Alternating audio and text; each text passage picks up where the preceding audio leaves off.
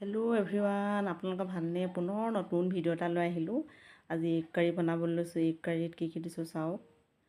কণী লৈছোঁ, আলু লৈছোঁ, বিলাহী, পিঁয়াজ, নহৰু, আদা। এতিয়া কেৰাহী পাতি দিলোঁ। কেৰাহীত মিঠাতেল অকণমান দিলোঁ। কণী 3টা এতিয়া তেলত দি দিছোঁ। 3টাহে লৈছোঁ মাত্ৰ কণী, আৰু এতিয়া আলুৰ পৰিমাণটো বেছিকৈ ল'লোঁ। যিহেতু এগ কাৰীত মানে আলুৰ পৰিমাণটো বেছিকৈ দিলে খায়ো ভাল লাগে। এতিয়া কণীকেইটা হৈছেগৈ আৰু নিমখ হালধি দি দিলোঁ। হ'লগৈ এতিয়া, নমাই দিলোঁ। এতিয়া এইটোৱে ফ্ৰাই কৰি ল'লোঁ এগ কণীকেইটা। এতিয়া বাকী থকা তেলখিনিতে পিঁয়াজ দি দিছোঁ, কাটি থোৱা পিঁয়াজখিনি। লং, ইলাচি, ডালচেনি গোটাকৈ দি দিছোঁ। পিছত গৰম মছলা মানে পাউডাৰটো নিদিওঁ আৰু। এতিয়া নহৰু আদা পেষ্টটো দি দিছোঁ।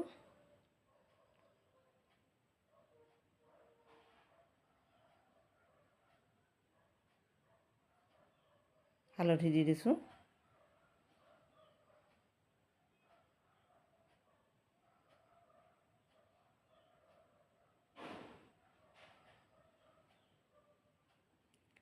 এইটোৱে ভাজন উঠাৰ পিছত এতিয়া বিলাহী দি দিছোঁ। পিঁয়াজ, নহৰু, আদা মানে খুব ভালদৰে ভাজি ল'লোঁ আৰু। এতিয়া ভাজনটো উঠাৰ পিছত বিলাহীখিনি দি দিলত এতিয়া মানে আকৌ ভালকৈ ভাজিব লাগিব। এতিয়া নিমখ দি দিছোঁ। বিলাহীটো খুব ভালদৰে সিজিব লাগিব।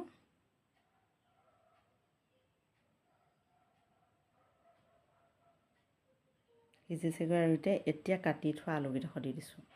মানে বইল কৰি থোৱা আলুকেইডোখৰ দি দিছোঁ।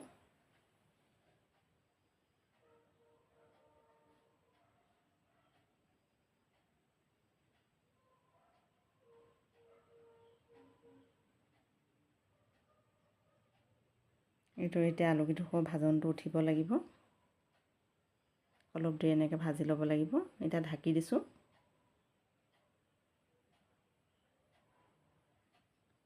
ভাজনটো উঠাৰ পিছত মানে এতিয়া পানী দি দিলোঁ।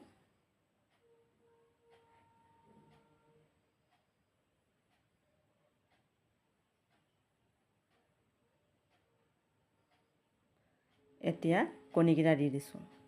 ফ্ৰাই কৰি থোৱা কণীকেইটা দি দিছোঁ।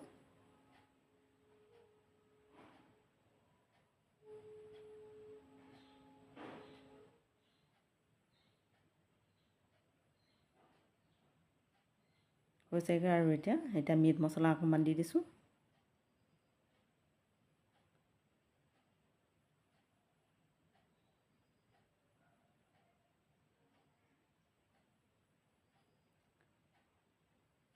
হ'লগৈ আৰু এতিয়া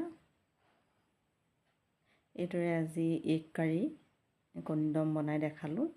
যদি ভিডিঅ'টো ভাল লাগিছে লাইক কৰিব, কমেণ্ট কৰিব, আৰু নতুনকৈ যদি কোনোবা আহে বা ভিডিঅ'টো চাই ছাবস্ক্ৰাইব কৰিব। পুনৰ নতুন ভিডিঅ' এটা লৈ আজিলৈ আহোঁ।